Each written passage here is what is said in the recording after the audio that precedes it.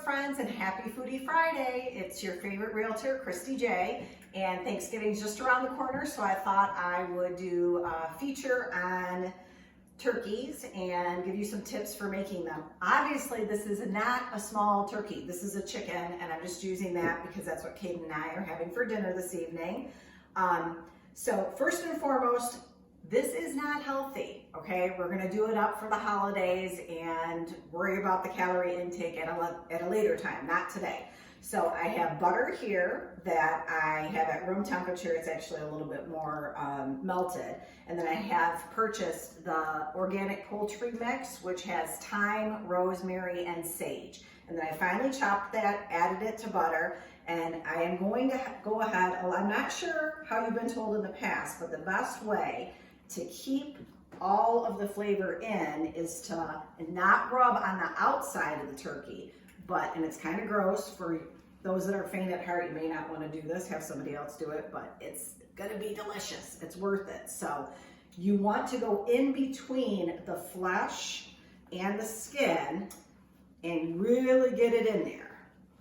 And you want to coat everything from inside the cavity all the way around the chicken leg, or turkey legs, in my case chicken legs, and make sure that you get it all around the legs, go inside the wings.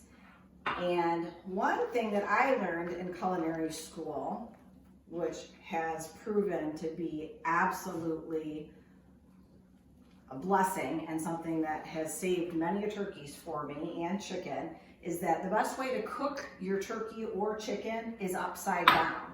And the reason being, the most lean meat is the breasts, and they're not as fat. So if you want to make them more moist, you're going to flip your bird over so that the drippings from, and we're going to pretend like I coated this really well, so that the drippings from the dark meat this way are going to drip onto the turkey or chicken breast and really make that white meat nice and tender for you. So I suggest using a cooking bag because you want to be able to enjoy your family and friends during the holidays. You don't want to have to keep running into the kitchen and basting your turkey. So it's kind of the set it and forget it method. A couple things that you want to make sure.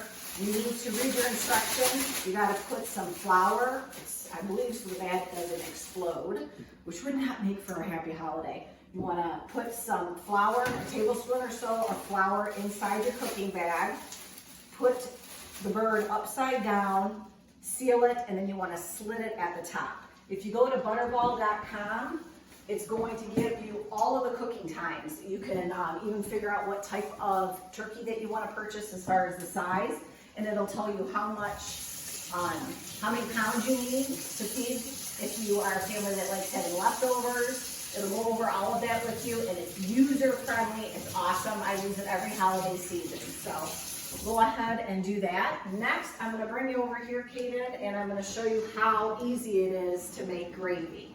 So fast forward, your chicken or turkey's all done, and it's sitting right here. My butter is going a little bit too much. What I do the night before Thanksgiving is I go ahead and, like I told you, I made my butter with all the fresh herbs cut up, the poultry mix that they have at Meijer, Kroger, everywhere they have it. I go ahead and put some of that in with butter, and then you want to put in some flour. This is making a roux so that we're gonna be able to thicken up our gravy. So you get that going, just make a blonde roux. You want to do it lightly. And what I mean by blonde is that butter will keep getting brown as you go. You don't want to do that. So now I'm going in and I'm gonna just add some of my drippings. Thought this would be easier to grab, excuse me, but it's not. So I get all my drippings. And you can make this in the night before, this little mix that I have here going. I will even add a little bit of stock to it, and I'll have it just sitting on the table. And again, it's going to solidify, so you're gonna have like a glob in the morning. But once you get all your, oh, there we go. We got a lot of juice coming now. So once you add it and heat it up, it's gonna liquefy just like your pan drippings here. And this is gonna be so flavorful because you're gonna have your stuffing probably in your bird, you're gonna have the fresh juices from the bird, all that butter and herbs, and then plus we're adding additional butter and herbs into this here. So on a real basis, I would go ahead and grab all of this juice, but you know, I don't wanna make a hour-long video for you guys, but okay. So now, you're gonna keep going at this and just let it cook and thicken up.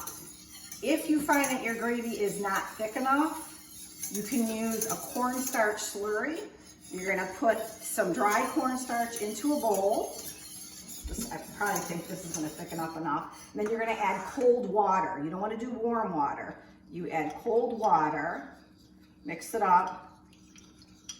This is probably gonna make it too thick, but I'm just gonna show you. You would just go ahead and dab it, put a little bit. As it boils and heats, it's gonna really thicken up. And you wanna have some extra stock on hand, just in case you don't have enough drippings. If this starts getting too thick, just add a little bit of your stock. It should be plenty flavorful, but you know, as the chef, it's your job to go ahead and test it when it gets the consistency that you want it to be, and add whatever you want. If you wanna add some salt, or if it might be too seasoned for you, go ahead and add more stock and just thicken it up with the cornstarch slurry. But that right there, my friends, is a beautiful gravy. So it's as easy as that. I freaked out my first Thanksgiving because I didn't know how to make gravy. But I become a pro at it, I think anyways. I don't have my guests complaining, but in the morning again, I'll have this mixed in with some broth, and I'll have done my blonde roux, which is just the flour and butter. I mix that together and melt it, put it all together, set it on the side, and then when I take my pan drippings, I'm just mixing that in. Easy as can be. So on a final note, I just wanted to show you a little sweet dessert that you can make very easily. Apples are on sale right now. They're in season. I got this for like $1.49 for a bag of them. And I just wanted to show you, I'll put that by raw chicken. But I'm gonna move this over here. And this is the finished product. It's stuffed apples. You can stuff these with whatever you want to do. What I do to get an apple cleaned out is I will wash it, of course, and then depending on how small the apple is, I'll grab my metal measuring spoons and just dig it out like a melon baller. Just get the whole core out, make sure all the seeds are out. Try to leave the bottom intact so that your filling won't come out. So what I do is I take cinnamon, brown sugar, it can be light sugar or dark sugar, and then whatever nuts or raisins, you can do cranberries, pecans are really good inside of it, and then I'll just do a little bit of butter. I'll just chop up cold butter and mix it in there. This has raisins.